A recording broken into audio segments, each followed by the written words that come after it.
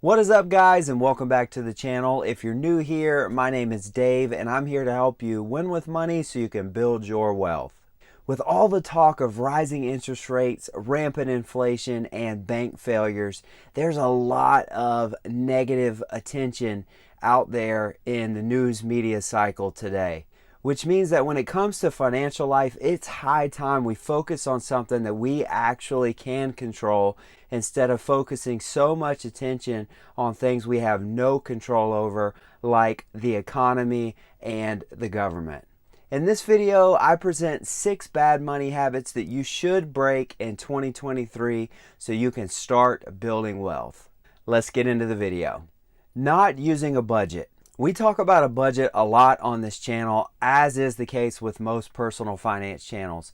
A budget gets a bad rap for being one of these activities that feels monotonous to most folks, but in reality, people that do well with money pretty consistently use a budget. And the reason why is because if you can't keep score, you can't play the game. How do you know if you're building wealth if you do not have goals that are set and you are not keeping track of where you are versus those goals? That is where a budget is a fantastic tool to check in on your progress, whether that be on a weekly, a monthly, or a quarterly basis.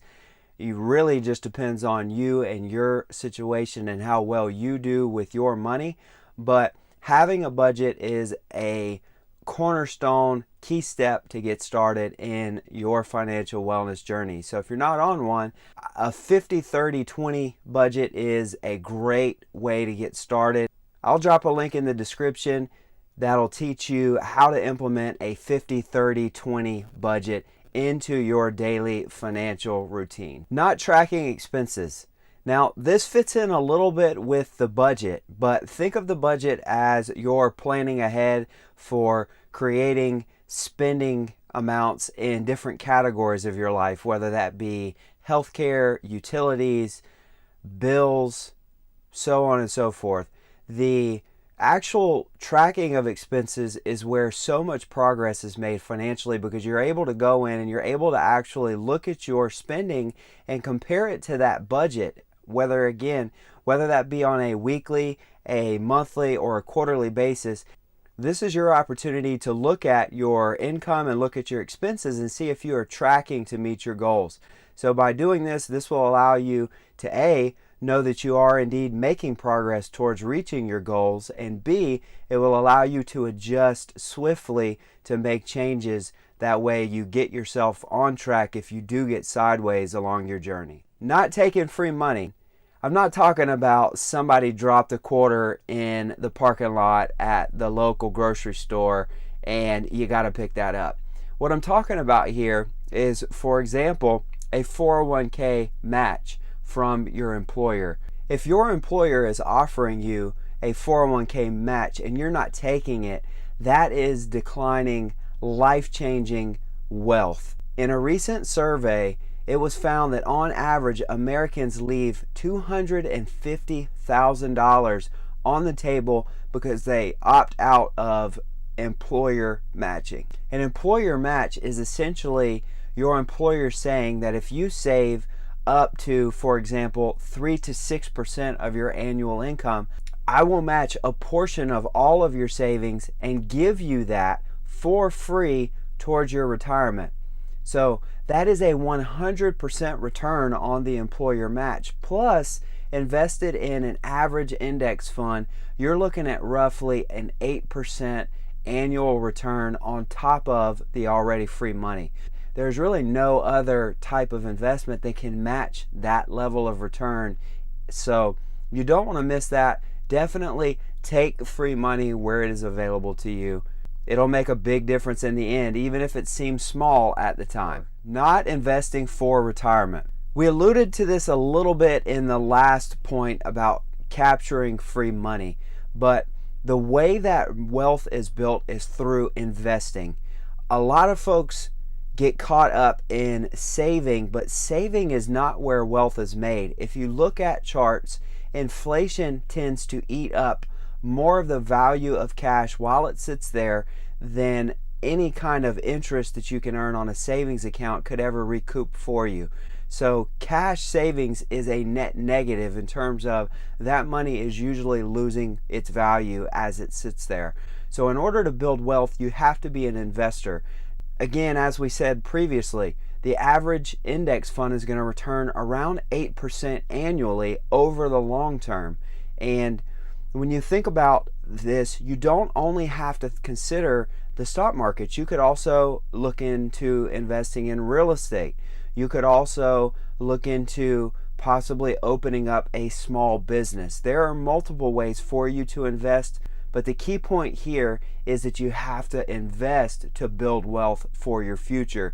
You cannot do it by stashing cash, and also you cannot do it by leaving your money sitting in savings accounts. Not saving for emergencies.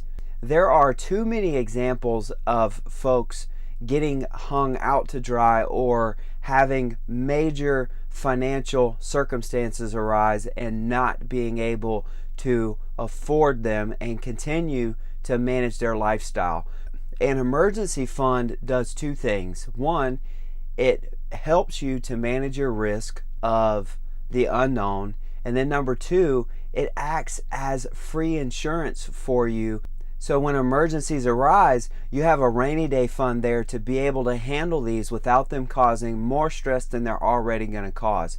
The question to ask here is, are you adequately protected against emergencies? And for most individuals, that is going to be saving 3 to 6 months worth of your monthly expenses tucked away in a high yield savings account to earn you the most possible interest on that money while keeping that money liquid so that you can access it. Not negotiating better rates. Too many times, good people with good intentions accept jobs without counter-offering on the pay rates.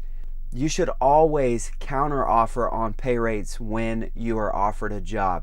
That is considered normal, standard operating procedure. You will not look bad by doing that. If you've heard that, I'm here to tell you, as someone that has managed people in a Fortune 500 bank, that is a myth. It is expected for you to counteroffer. There is no harm, no foul. That is completely a normal behavior. Other areas where you should definitely look at negotiating: bank fees, interest rates. When you're taking out credit cards, on the credit limits, you should be negotiating that as well. When you are looking at new terms on a deal, whether it be for a business or whether it be for a new loan, terms are negotiable, so you want to be negotiating these terms as you go. And if you are accruing any type of fees, whether that be monthly maintenance fees, overdraft fees, insufficient fund fees with your bank, those are all negotiable as well. So you want to be negotiating these things. You want to be doing everything that you can to make sure that you are getting yourself the best possible rate and situation for your financial future. I promise you, the banks, the lenders, they're going to look after themselves, and they're more than capable of negotiating what is a fair deal for both parties, if you will push them and if you will ask for a better rate or better terms. Why should you care so much about breaking these habits? Any one of these habits in our current environment of rising interest rates and rampant inflation are going to do more harm than normal to your financial situation, which is going to cause more stress on your life based on what we are seeing today with all of the uncontrollables out there in the economy and the government. Add in the fact that a recession is always a possibility, and the term has been thrown around quite a bit over the last year. So if a recession does come in the next 12 to 24 months, you want to do everything that you can to get your financial situation on track, to improve your habits, to make sure that you're doing everything that you can to build wealth and to be prepared to protect yourself during a recession if one were to progress and get worse. Many economists are all over the board on that. Some economists say that there is as much as a 50-50 chance that we go into recession in the next 12 to 24 months.